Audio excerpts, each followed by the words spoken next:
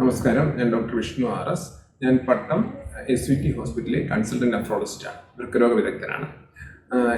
World kidney day March 14 ഈ വർഷം വരുന്നത്. വേൾഡ് കിഡ്നി ഡേയുടെ മെസ്സേജ് എന്ന് പറയുന്നത് kidney health for all, equitable access to health care for all and optimisation of medicines എന്നാണ്. അതായത് വൃക്കരോഗത്തിൻ്റെ ചികിത്സയ്ക്കുള്ള അവസരം ഇന്ന് സിറ്റികളിലും ടൗണുകളിലുമൊക്കെയാണ് കൂടുതലും ഉള്ളത്. ഗ്രാമപ്രദേശങ്ങളിലും എല്ലാ ആൾക്കാർക്കും അത് പലപ്പോഴും ലഭിക്കാറില്ല. അതിന് പകരം ഈ ചികിത്സ എല്ലാവർക്കും, നഗരങ്ങളിൽ താമസിക്കുന്നവർക്കും ഗ്രാമങ്ങളിൽ താമസിക്കുന്നവർക്കും സമൂഹത്തിലെ എല്ലാ തുറകളിലുള്ളവർക്കും ഒരുപോലെ ഇക്വിറ്റബിളായിട്ട് കിട്ടണം, ഒരുപോലെ കിട്ടണം എന്നുള്ളതാണ് വേൾഡ് കിഡ്നി ഡേയുടെ ഇപ്പോഴത്തെ പ്രധാനപ്പെട്ട ഒരാശയം എന്ന് പറയുന്നത്. രണ്ടാമത് ഒപ്റ്റിമൈസേഷൻ ഓഫ് മെഡിസിൻസ് ആണ്. അതായത് മരുന്നുകൾ, കിഡ്നി രോഗികൾ പലതരം മരുന്നുകൾ കഴിക്കുന്നുണ്ട്.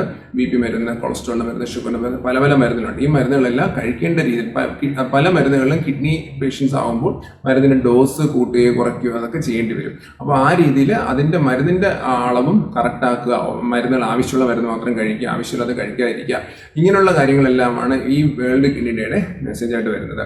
ഇത് എത്രത്തോളം ഇത് ഇമ്പോർട്ടൻ്റ് ആണെന്ന് നോക്കാം. നമ്മുടെ വൃക്കരോഗം നമ്മൾ പലപ്പോഴും പറഞ്ഞിട്ടുള്ളതുപോലെ വൃക്കരോഗം കണ്ടുപിടിക്കാൻ പ്രയാസമാണ്, ലക്ഷണങ്ങൾ ഉണ്ടാവാറില്ല, പലപ്പോഴും അവസാന സ്റ്റേജിലായിരിക്കും കണ്ടുപിടിക്കുന്നത്.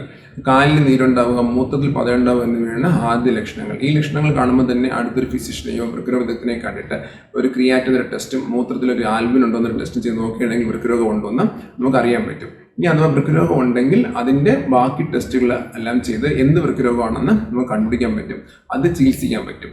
70% വൃക്കരോഗങ്ങളും ഉണ്ടാവുന്നത് ജീവിതശൈലി രോഗങ്ങളാണ്. അതായത് ഡയബറ്റീസ്, പ്രമേഹം, രക്താതിസമ്മർദ്ദം, ഹൈപ്പർ ടെൻഷൻ തുടങ്ങിയവയാണ് ഉണ്ടാവുന്നത്.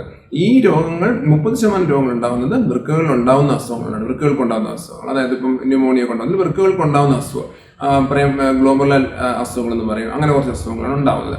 ഇതിൽ ഈ ജീവിതശൈലി രോഗങ്ങൾക്ക് പ്രധാനപ്പെട്ടതെന്ന് പറയുന്നത് ജീവിതശൈലി രോഗങ്ങൾ ഉണ്ടാവാതെ നോക്കുക എന്നുള്ളതാണ്.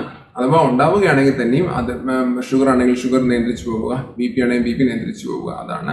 ഇനി അഥവാ അങ്ങനെയൊക്കെ ശ്രമിച്ചിട്ടും കിഡ്നിക്ക് അസുഖം വരികയാണെന്നുണ്ടെങ്കിൽ ആ സമയത്ത് കിഡ്നി അസുഖം കണ്ടുപിടിക്കുന്ന സ്റ്റേജിലെങ്കിലും ഈ ലെവലുകളൊക്കെ നോക്കുകയും കിഡ്നി അസുഖം മോശപ്പെടാതിരിക്കാൻ വേണ്ടിയുള്ള കാര്യങ്ങൾ, അതായത് ഈ വേദന സംഹാരങ്ങൾ കഴിക്കാതിരിക്കുക, പിന്നെ ശരീരത്തിൽ അമിതമായ ജലാംശം ഇല്ലാതാവുക, അത് ഒഴിവാക്കുക, അങ്ങനെ ചില മരുന്നുകൾ കഴിക്കുമ്പോൾ കിഡ്നിക്ക് ദോഷമാണ്, അങ്ങനെ പല കാര്യങ്ങൾ ചെയ്യുക. ഇങ്ങനെയെല്ലാം ചെയ്ത് അസുഖം മൂർച്ഛിക്കാതെ ഒരു വൃക്കയുടെ മുഴുവൻ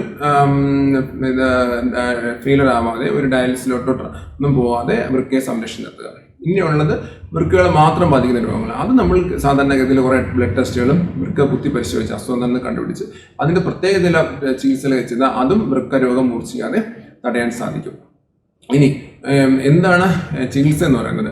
വൃക്കരോഗത്തിൻ്റെ ചികിത്സകൾ ഞാൻ ഈ പറഞ്ഞ ചികിത്സകളൊക്കെയാണ്. അവസാനം ഇതൊക്കെ ചെയ്തിട്ടും കണ്ടുപിടിക്കാൻ പറ്റാതെ പോവുകയും അല്ലെങ്കിൽ മൂർച്ഛിച്ചു പോവുകയും ചെയ്യുകയാണെന്നുണ്ടെങ്കിൽ നമുക്ക് 2 ചികിത്സാ വിധിയുണ്ട്. വൃക്കയുടെ പ്രവർത്തനം ഒട്ടും ഇല്ലാതാവുന്ന സിറ്റുവേഷൻ, ഇൻഡസ്ട്രിയൽ ഡിസീസിൽ ഡയാലിസിസ് ചെയ്യാം.